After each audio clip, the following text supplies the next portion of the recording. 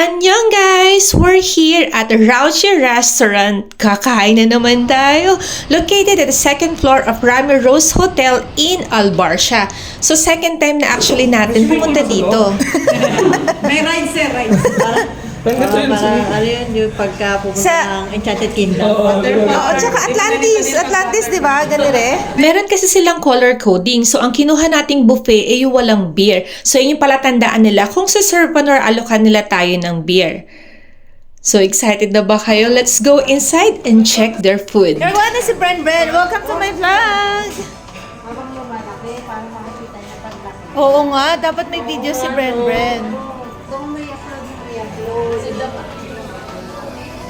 Ito na yung kabuuan ng kanilang buffet. O, di ba? Kumukuha na si Eunicia.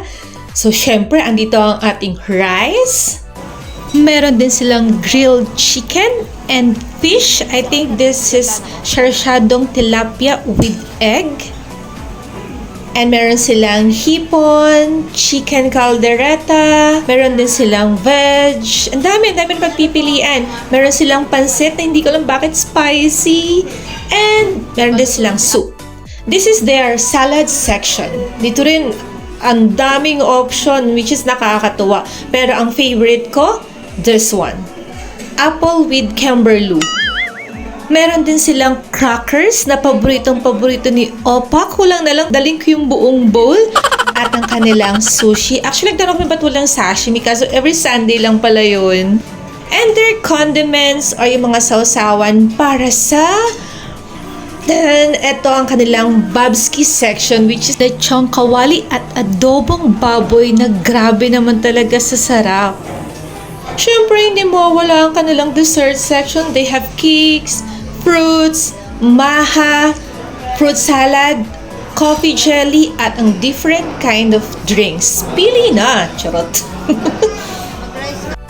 You want the ribbon pasta, Bren? Ha? You want the ribbon pasta? Meron pa rin sila dito ng pasta section kung saan ikaw may mili ng pasta and nung sauce na gusto mo, tapos lutuin lang for you.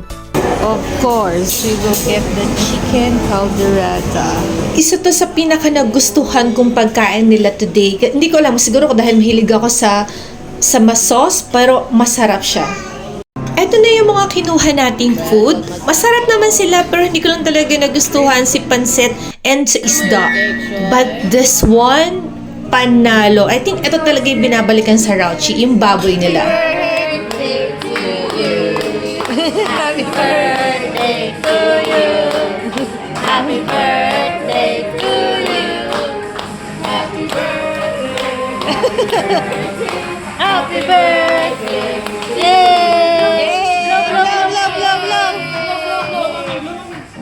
One more. Yay!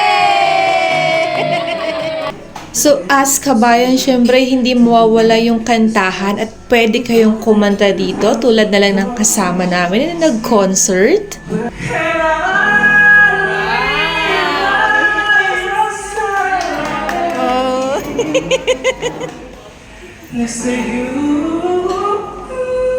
Aywa? Mga ganun.